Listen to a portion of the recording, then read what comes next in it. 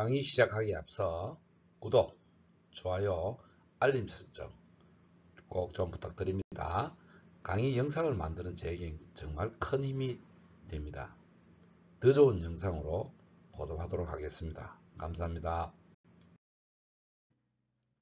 공장을 전문으로 중개업을 하고자 할 경우 소속 공인중개사로 시작해야 할지 아니면 개업 공인중개사로 해야 하는지를 많이 고민하셨을 텐데 명확한 답은 없고 본 강사는 소속 공인중개사로 경험을 쌓기를 권하지만 현실은 그렇게 녹록하지 않죠.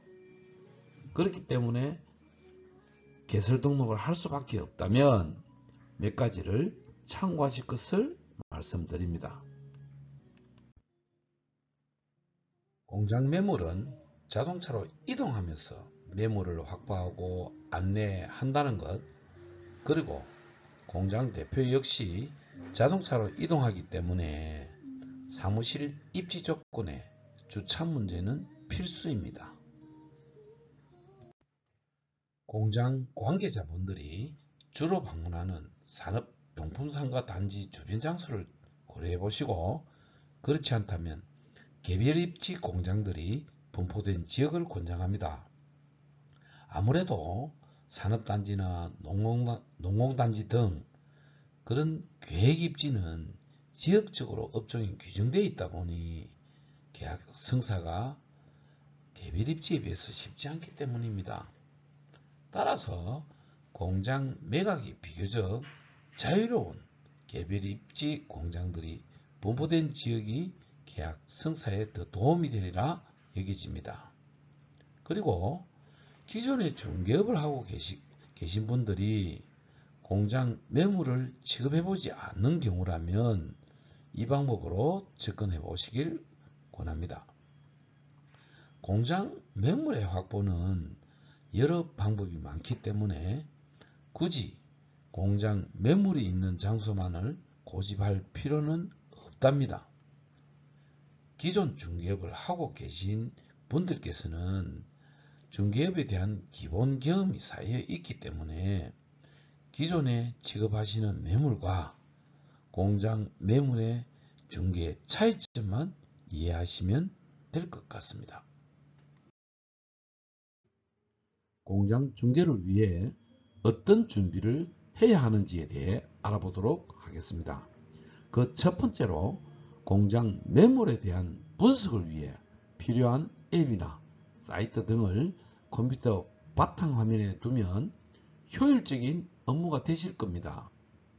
화면과 같이 캡처 및 스케치는 가장 많이 빈번하게 사용되어지는 것으로서 컴퓨터에 내장되어 있으므로 끄집어내어 바탕화면에 두면 될 것이고 Send Anywhere는 공장 매물과 같이 공부서류, 공장 사진, 동영상 등을 전송하고자 할 경우 아주 유용하답니다. 카톡이나 밴더 등에서 전송되지 않는 대용량의 자료까지 예를 들어 약 2시간 정도의 동영상, 영화 정도겠죠. 그런 것을 지역을 불문하고 무선 전송이 가능하답니다. 이 역시 사용 방법은 유튜브를 통해 습득하시기 바라고, 다음으로 인터넷 등기소 사이트는 매물의 권리 분석을 위해 가장 중요한 등기부 열람을 위한 사이트이랍니다. 공장 매물의 경우는 여러 개의 필지와 여러 개의 건물, 즉 사무동, 여러 공장 1동, 2동, 3동 뭐처럼 있고, 그 다음에 변전실, 기숙사, 경비실, 화장실 등 이런 것으로 구성되어 있으므로 매물을 분석하는 과정에서는 전체를 열람할 필요는 없습니다. 공장 매물의 경우에는 공동 담보로 설정되어 있기 때문에 등기부 내용이 거의 동일하다고 보면 되겠습니다. 하지만 계약 시에는 필히 전체를 열람해야 되겠죠. 간혹 토지는 법인 명의로, 건물은 대표자 명의로 되어 있는 경우가 있기 때문입니다. 또한 공장 매물이 매매인 경우에 물론 직접 매물 접수를 받은 경우에는 임대차 정보 등을 알 수 있겠지만 그렇지 않는 경우에는 공장을 방문하기 전에 등기부를 열람해보고 결제하기 전에 그림과 같이 성씨만을 확인하고 난 후에 공장을 방문하여 명함을 교환하면서 성씨가 혹여 틀린다면 임차인일 경우가 많기 때문에 만약 매물이 매매가 되었을 경우에 임차인 입장에서는 공장을 비워주게 되는 상황이 발생하게 되므로 괜한 분쟁의 소지가 발생할 가능성이 있으므로 조심스럽게 접근하여야 할 것입니다. 공장 매물의 접수일자가 일정 기간이 경과되었다면 등기부 열람으로 확인 한번 해보고 소유자의 성씨가 변경되어 있다면 매물 종결로 처리하면 될 것이고, 다음으로 일사편리 부산 부동산 정보 조회 시스템 이러한 사이트에서는 그림과 같이 여러 공부 서류를 확인할 수가 있답니다. 여러분들께서는 본인들이 취급하는 매물 지역의 광역시, 도, 지역별 사이트를 드래그 앤 드롭하여 공부 서류 열람 폴더에 저장해 두면 되겠습니다. 예를 들어 김포 지역이라면은 경기와 인근 지역의 인천까지 준비하셔서 공부 서류 열람 폴더에 저장해 두시면 되겠죠. 또 부산 지역의 경우라면은 부산, 양산 매물을 분석하기 위해 경남 사이트도 준비하시면 되겠습니다.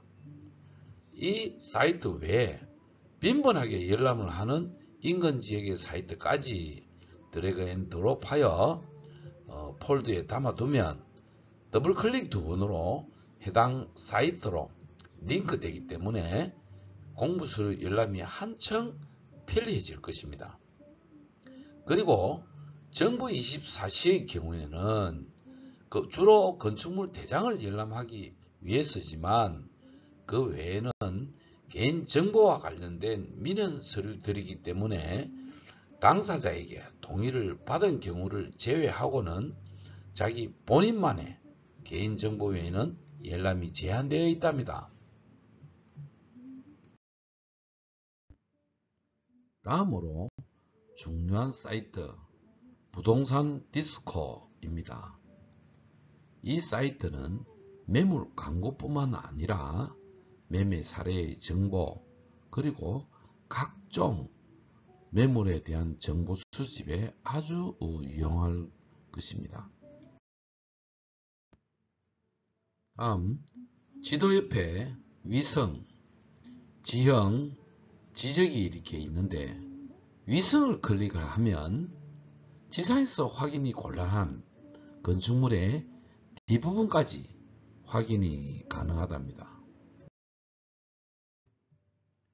같은 방법으로 지형을 클릭을 하면 지세가 입체적으로 표시되어서 시각적 확인이 가능하고 지적을 클릭을 하면 용도 지역이 색상으로 구분되어서 공업지역의 경계를 쉽게 파악할 수가 있습니다. 바로 아랫부분의 측정은 공장동의 가로폭과 길이 그리고 중요한 도로폭 등을 확인하는 데 편리할 것입니다.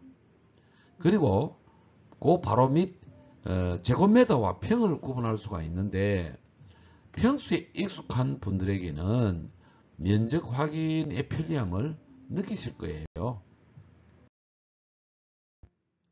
측정에서 거리를 클릭하여 시작점과 각 점의 길이가 그림과 같이 표시되기 때문에 공장을 이전하기 전에 공장동 내수의 기기 배치 및 작업 공정의 공간 확보를 확인할 수가 있답니다.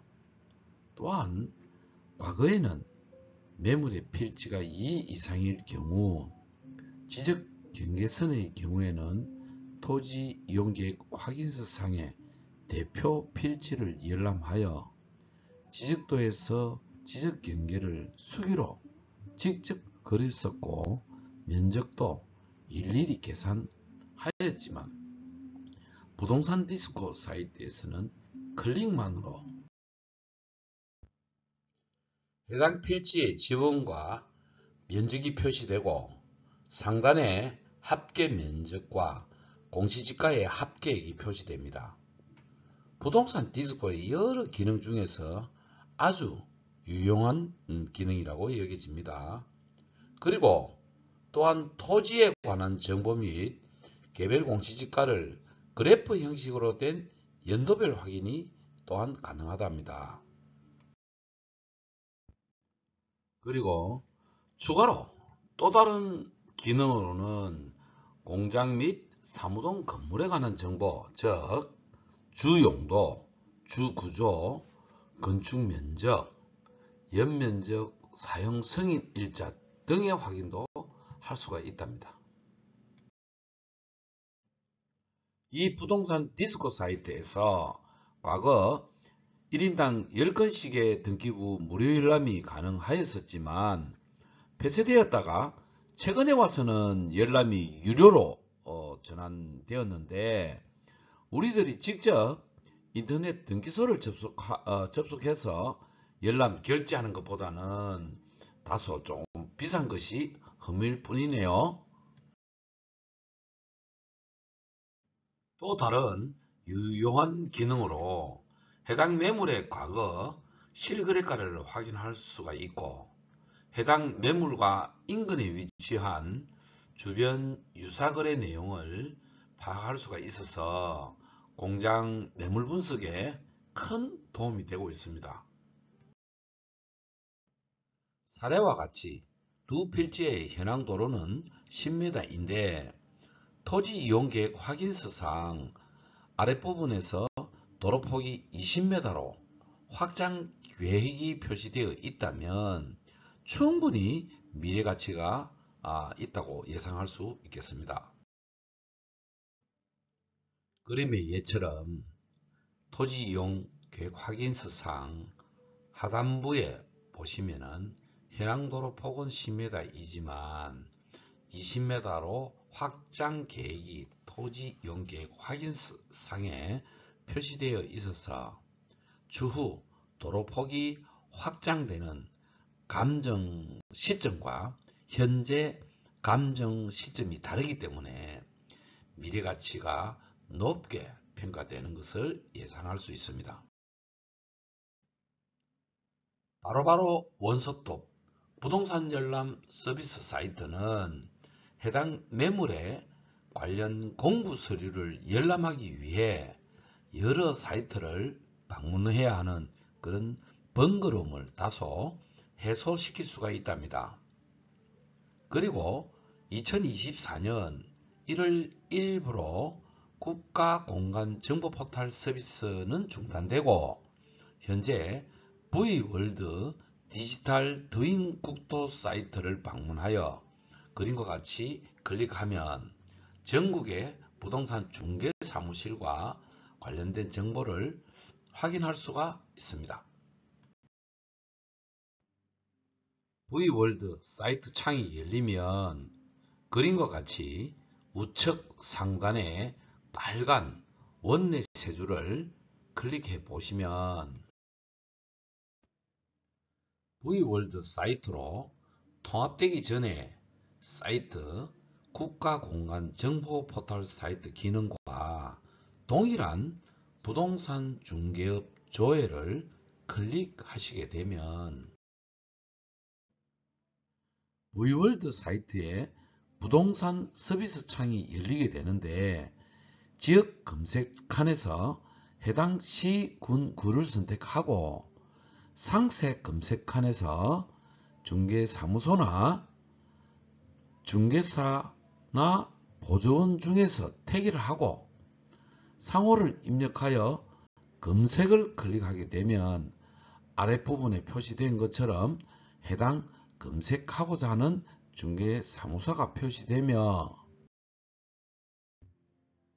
해당 지역에서 등록일자가 오래되었다면 중개 노하우와 아울러 공장 매물도 풍부할 것으로 예상해서 공동중개를 하고자 하는 경우 참고할 수도 있겠죠. 해당 중개사무실에 소속 공인중개사 및 중개보조원의 소속 여부도 검색이 가능하답니다. 중개보조원의 경우 중개사무실을 자주 이전하기 때문에 소속되어 있던 당시의 과거 명함을 가지고 공장 매물 정보를 이렇게 빼내는 경우를 여러분은 경계하셔야 하겠습니다. 검색하고자 하는 해당 중개사무실의 위치 정보까지 지도상으로 표시되기도 합니다. 다음으로 부동산 거래관리 시스템 사이트입니다. 이 사이트는 공장을 매매하였을 경우 실거래 신고하는 사이트로 주택거래처럼 임대까지 신고할 필요는 없으나 중개업자로서 주택의 임대 신고제에 대해서는 인지하고 있어야 하겠습니다. 왜냐하면 공장 거래를 하면서 공장 주분들이 아파트 등 자신들이 거주하는 주택에 대해서 간혹 문의하시기 때문입니다. 이처럼 각종 공부 서류 열람을 위해서 관련 사이트를 일일이 입력하고자 한다면 여간 번거롭지 않을 겁니다. 그래서 컴퓨터 바탕화면에 새 폴더를 만들어서 그 폴더 이름을 공부 열람으로 명명해 두고 관련 사이트를 이렇게 드래그 앤 드롭 해서 한 곳에 모아두든지 아니면 바탕화면 자체에 두고서 그 관련 사이트에 더블 클릭한다면 곧바로 관련 사이트에 링크되어 우리가 원하는 공부 서류를 손쉽게 열람할 수 있게 된답니다. 그리고 또 한 가지 중개업자로서 거래 동향이나 해당 지역의 거래 시세는 꼭 파악하고 있어야 할 것입니다. 공장 매매일 경우에는 토지 및 건축물 전체의 소유권 이전을 해야 하므로 대지 기준으로 평당 얼마인지를 파악하고 있어야 하겠으며 공장 임대의 경우에는 대략 건축물의 바닥 면적 또는 연면적을 기준으로 평당 얼마인지를 파악하고 있으면 되겠습니다. 건저당을 설정하는 경우에 감정평가에 의해 대출이 80 내지 90% 실행되기 때문에 채권 최고액의 결정은 대출금의 1년치 연체이자까지 가산해서 책정된 것이기에 감정 시점에 즉 최종 건저당권 설정 일자가 오늘 현재까지 일자 차이가 크게 없다면 채권 최고액의 합계 금액으로 시세를 예상해 볼 수 있기 때문입니다. 고객으로부터 휴대폰으로 연락이 왔을 경우에는 중개업자의 명함을 전송해 드리고 고객의 명함 전송을 부탁드리든지 하여 휴대폰에 빨리 저장해 두어야 하겠습니다. 혹여 명함 전송을 받지 못하였다면 어떤 지역에 어떤 매물을 문의하였는지로 임시 저장해 두든지 예를 들어서 매물 번호로 저장해 두든지 하여 며칠 후 해당 매물에 관심을 두고서 재차 다시 연락이 왔을 경우에 곧바로 어떠한 매물로 연락이 왔는지를 신속히 파악해서 상담해 드릴 수 있기 때문입니다. 일종의 고객 관리 차원이죠. 매도나 매수 고객 또는 임대나 임차 고객이 방문하였을 경우에 그림과 같이 상담 카드를 작성한다면 빠뜨리지 않고 재차 문의드릴 이유가 없고 공장 매물이 접수된 경우에는 우측 그림과 같이 현황서를 신속히 작성해서 공장 매물 현황서 한 장으로 매수 고객이 방문하였을 경우에 설명이 명료하게 해드릴 수가 있으며 공동중개의 상황에도 전송으로 간단히 해결할 수가 있으며 대출 목적으로 금융 담당자와 통화를 하는 경우에도 신속히 전송해서 빠른 시간에 탁상 감정이 이루어질 수 있도록 할 수가 있다는 것입니다.